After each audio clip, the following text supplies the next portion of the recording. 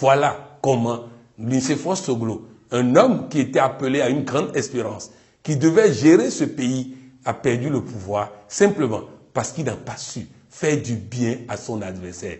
Au fait, beaucoup de personnes pensent que c'est en faisant du mal à son adversaire qu'on peut gagner. Or, on oublie les principes métaphysiques de la vie. Il y a Dieu en chaque homme. À partir du moment où vous faites du mal à un homme, vous faites du mal à Dieu. Et donc, toute cause a un effet. À partir du moment où il y a une cause, il y aura un effet. Donc, si vous faites du mal à un homme, la conséquence, c'est que vous puissiez ramasser tôt ou tard. Et donc, il est important que les gens comprennent que si nous voulons vraiment gagner, nous avons besoin de ne pas faire du mal aux autres, mais d'apprendre comment gagner sans combattre. Voulez-vous dire qu'on peut gagner sans combattre, sans faire du mal à quelqu'un? Ah oui, je vous donne un exemple. J'ai un ami, un collaborateur du Togo qui était député à l'Assemblée nationale. Et partout, on lui a enseigné, en tant qu'opposant, on doit toujours insulter le chef de l'État. Alors le président a construit des routes à Lomé, de très belles routes à Lomé, mais comme on lui a appris à dénigrer ce que fait le gouvernement, il est passé à la télé pour dire « ça coûte trop cher, c'est inutile, on n'en a pas besoin ». Aux élections législatives, il est allé sur le terrain pour faire campagne et la population lui a dit « oui, on nous a construit des routes et tu as critiqué, on va te punir ». Il n'a pas eu de deuxième mandat. Et c'est en ce moment qu'il est revenu me voir pour dire que tu as toujours parlé de gagner sans combattre, mais là, j'ai perdu en combattant. Alors apprends-moi à gagner sans combattre. On peut féliciter le président et le battre aux élections. On peut féliciter l'adversaire et le battre aux élections. On n'a pas besoin de mentir. Parce que la politique, n'oublions pas que le politicien est un chef de famille. Il a des enfants qui le regardent et qui voient papa en direct à la télé en train de mentir. Résultat, il donne une mauvaise image à ses enfants.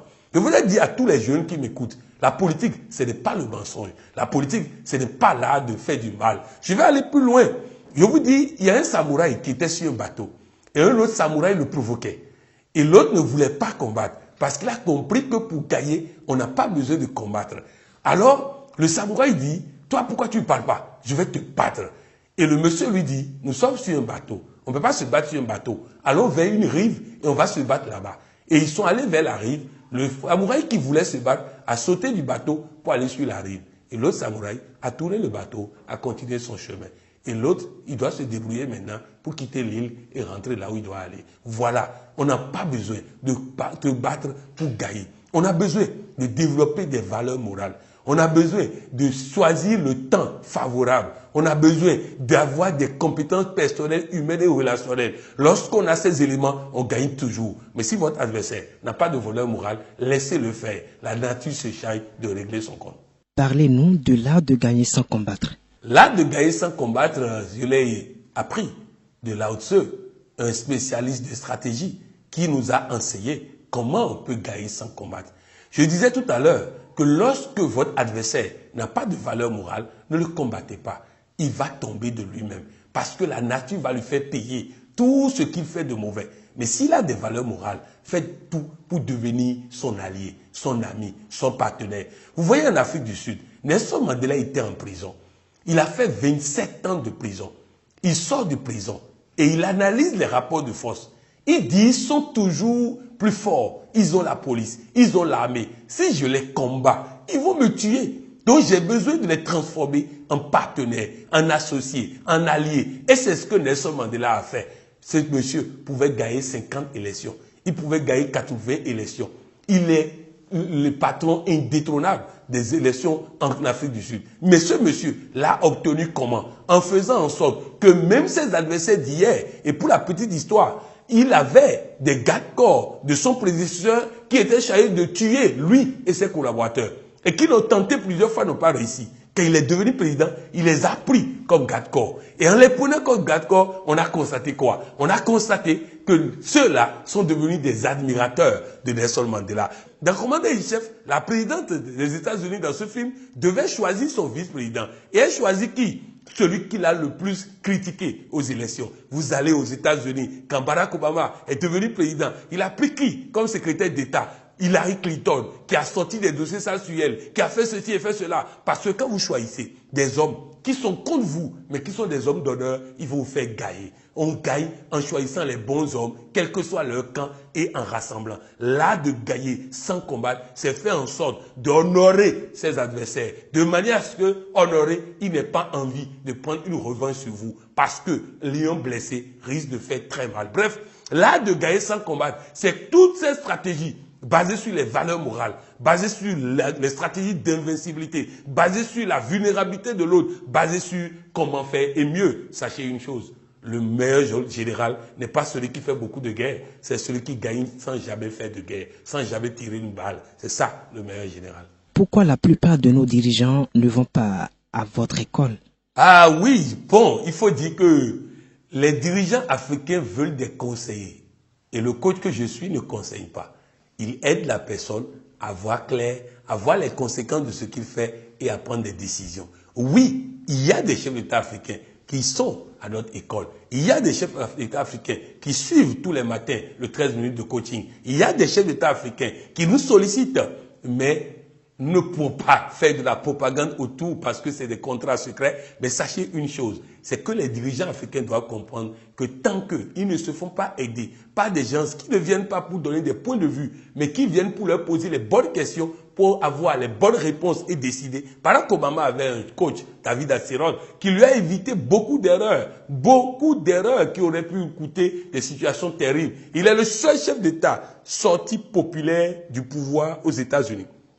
Il a quitté le pouvoir avec 55% de taux de popularité. C'est inédit. Il l'a fait parce que David Axelrod était là pour l'accompagner, pour l'éclairer, pour lui permettre de voir les conséquences de ce qu'il fait. Je voudrais dire surtout aux chefs d'État africains, aux dirigeants, en un mot, ils n'ont qu'à comprendre une chose. Lorsqu'ils ont maîtrisé tout ce qui est physique, il y a un aspect qu'ils nous oublient souvent, les aspects métaphysiques, c'est-à-dire Dieu et les ancêtres de l'Afrique. Eux, on ne peut pas les martyriser. Eux, on ne peut pas les terroriser. Eux, on ne peut pas les détruire. Or, c'est eux qui ont le dernier mot. Dieu a le dernier mot. Alors faisons en sorte de nous faire accompagner par des personnes pouvant nous permettre d'analyser le pour et le contre des choses pour pouvoir prendre les bonnes décisions. Et je voudrais dire à tous les jeunes qui m'écoutent, vous devez faire en sorte d'aller à cette école de réflexion profonde qui vous permet de ne pas combattre dans la vie, de ne pas faire du mal à quelqu'un, mais de toujours gagner, de toujours avancer. Quand je prends la gestion des entreprises,